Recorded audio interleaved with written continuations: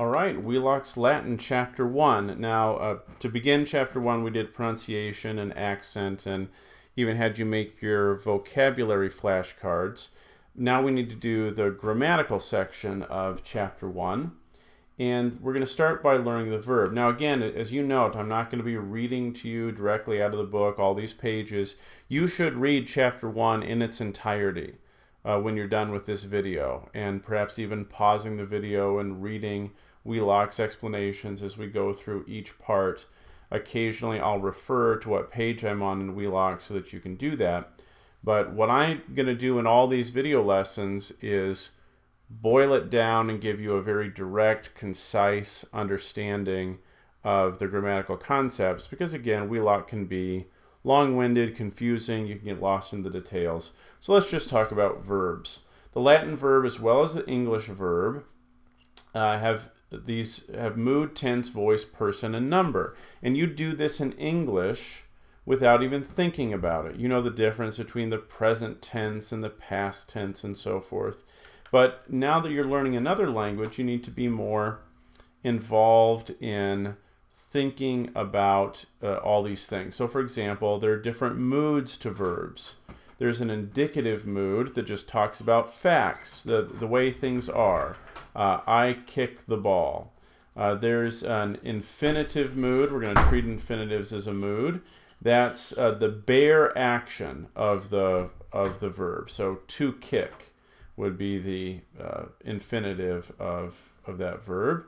There's the subjunctive. In Latin, this gets a lot more use than in English. Sometimes it has the idea of, I should or would or could kick the ball, or I might. This is quite a few chapters away. We won't worry about the subjunctive too much today. And then we'll also learn today the imperative, which is the command form. So kick the ball, if you command somebody to kick the ball. So you see, in English, boy, we don't change the spelling of our verbs much. I kick is the indicative. I guess we do he kicks, though, right? So we do add an S for the third person singular, right? For the infinitive, we just put the word to in front of it, to kick. And for the imperative, it's just the bare form of the verb, kick the ball. So those are the mood. Now, as today we'll talk a little bit about the indicative, the infinitive, and the imperative. In Latin, we'll learn forms for all of those. Tense. That's the time. When is the verb happening? So we have in English a present tense. Actually, we have three present tenses. I kick, I am kicking, and I do kick. Latin only has one, so that one present tense in Latin can be translated with any of our three present tenses in English. So in that case, English is more complicated than Latin. In English, what we have a past tense, and again we have I kicked, I did kick, I was kicking. So again, we have many different past tenses. And Latin does too. They have an imperfect tense, and the idea there is kind of that I was kicking or I used to kick, an ongoing action in the past. And they have a perfect tense, which is like our I have kicked. They have a future tense, and then they have also a pluperfect, that's I had kicked, and a future perfect, I will have kicked. And we'll introduce these one at a time. Today, for example, we're only going to do the present tense. So that's all we're going to learn today. Voice is either active or passive. Active voice, I kick the ball.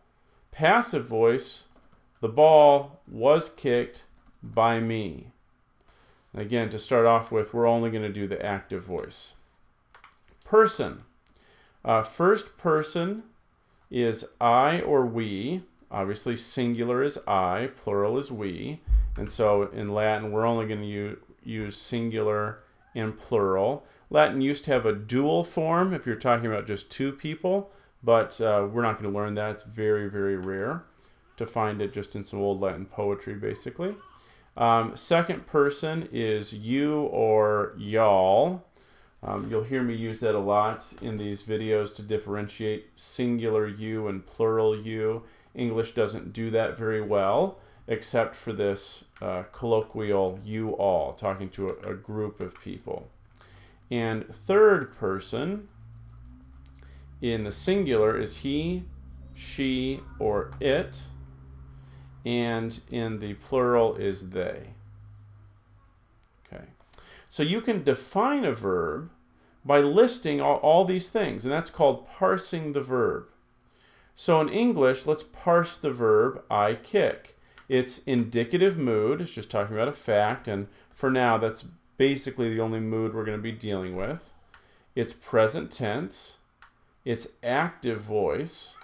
And it's first person singular, I kick. So let's change this up a little bit, make this you kicked.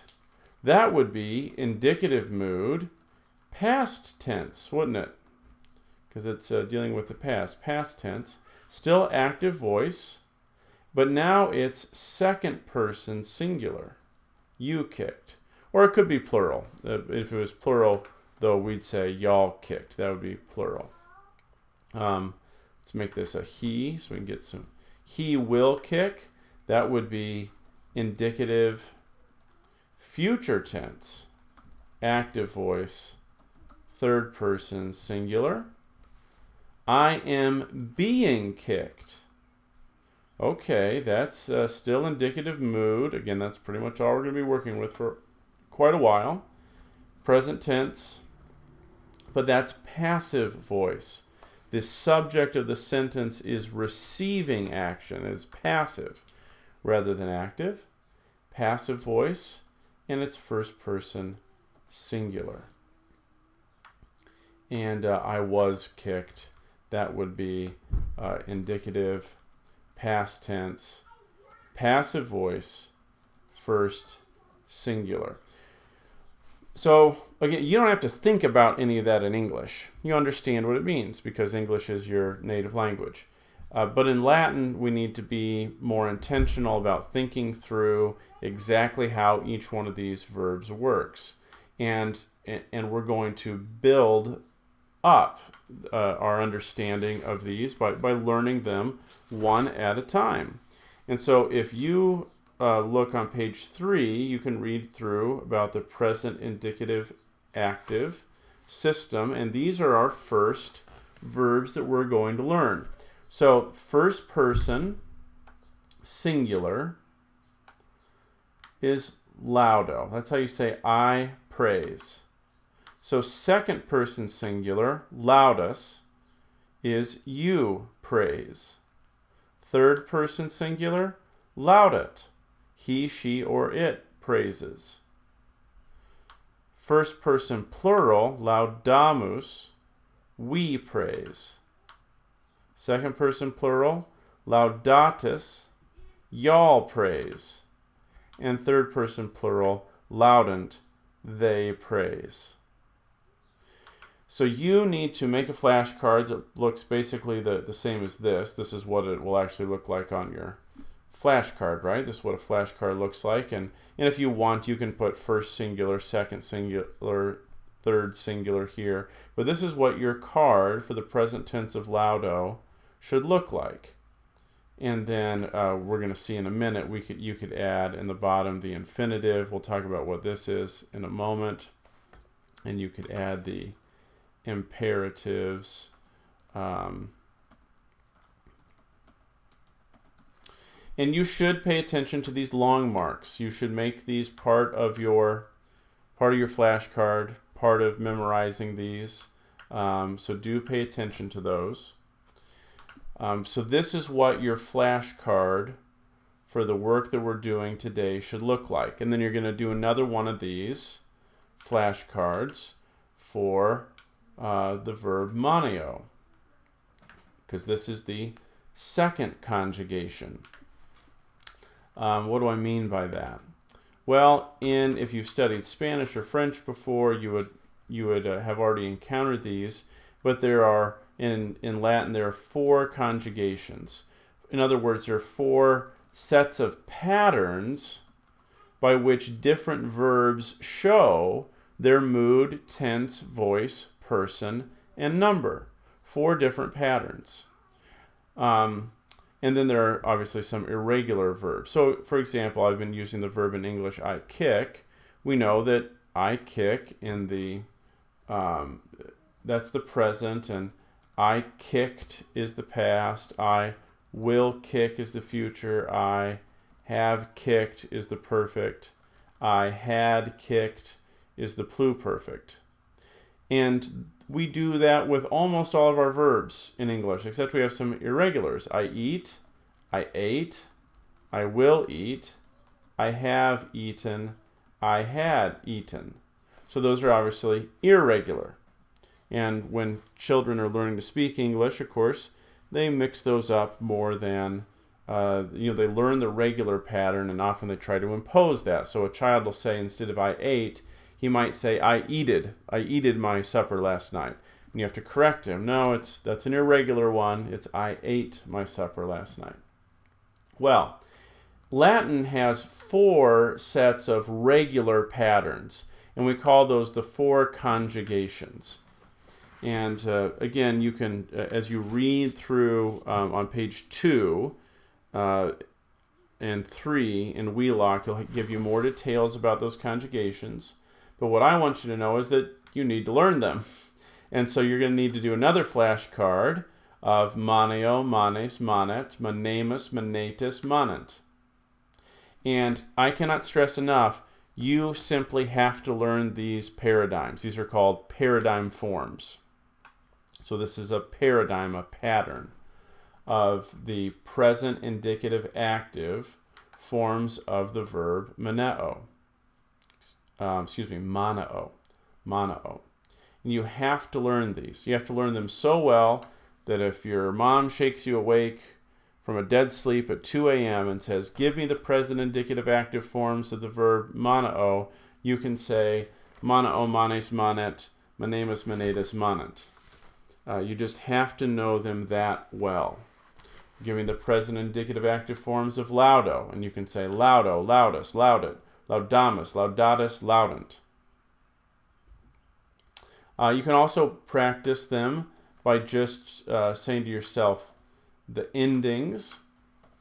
And Wheelock, he encourages you to learn them by remembering that the first conjugation here, like laudo, has a connecting vowel that's an A, and sometimes that's long and sometimes that's short. And likewise in the second conjugation, teaching you that it has a connecting vowel that is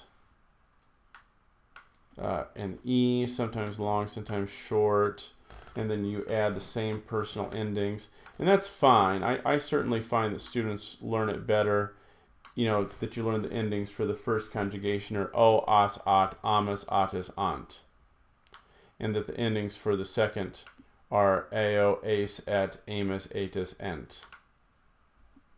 But you should learn both the endings and the whole word, the whole verb. And so on a quiz, I'm going to ask you to simply reproduce this chart. Okay? So you should be able to reproduce this chart, from scratch. If you want some more practice, you can use these. There's a link to these exercises that are online from the University of Victoria in Canada. And you'd go to chapter 1, and you could practice the present indicative active. And so maneo is the word that means advise. And so we would type in here monetis. And then we would check it, and oh, we were right. It's monetis. Very good. Good for us. And then we could keep going. He owes, let's see, that would be debit. Yeah, sure enough. Okay. So you can use this to practice if you want. Completely optional. What is not optional is you need to make your flashcard and study this flashcard. And you have to study it so well that if I hand you a blank sheet of paper and say write down the present indicative active of laudo, you can reproduce this chart from nothing, from your brain. It has to be in your head that well. Okay, I can't stress that enough. All right, let's, last couple things we want to get here are imperatives and infinitives. The imperative, that's the command form. So, and this is the second person imperative singular is lauda. That would mean praise. So praise God would be lauda Deum in Latin. And then for the second conjugation, it's mona. Mone, should say mone. Advise me. It would be moname, advise me. And then in the plural, if you want to command a group of people, it would be laudate, laudate, laudate, all of you praise, or moneta, moneta, all of you advise.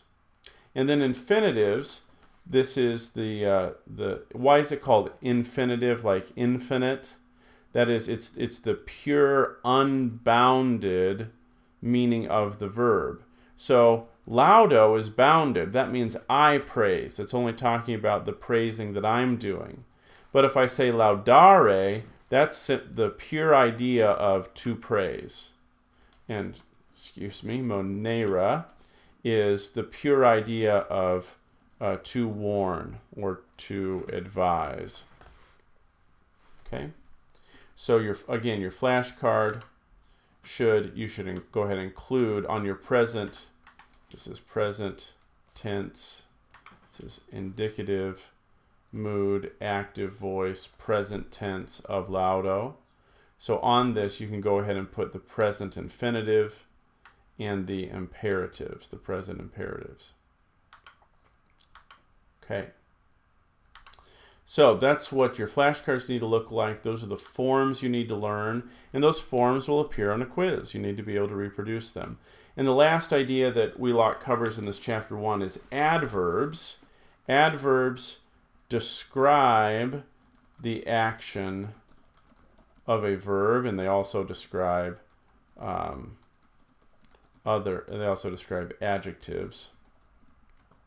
But so I praise loudly tells me how I'm praising. It's describing my praising. That's an adverb. A lot of English adverbs end in ly. But you also have I praise well. That's an adverb. The negatives are adverbs. I do not praise. That not is an adverb. It's telling you what's going on. Okay, so you can read a bit about that on page 5. We went through the vocabulary in the previous video, so you're pretty much good to go here for chapter 1. You need to learn the forms of laudo, laudus, laudit, laudamus, laudatus, laudant. You need to learn the forms of maneo for the present indicative active, maneo, manes, manet, manemus, manetus, manent. And you need to learn your imperatives, lauda, laudate, mone, moneta, and your infinitives, laudare, monera. And I went through the principal parts in the last video about vocabulary. And again, you need to list those when you make your vocabulary cards, because that will set you up for a lot more success when we get to more verb forms. So you need to put down your 4 principal parts.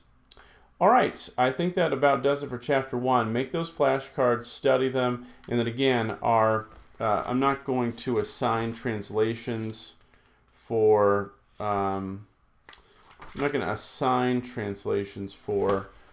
chapter 1, because we're going to get in after we get through chapter 2. I'll have part of chapter 2 will be how to translate a Latin sentence. So we'll start assigning translations when we get to chapter 2. But we'll continue working on parsing.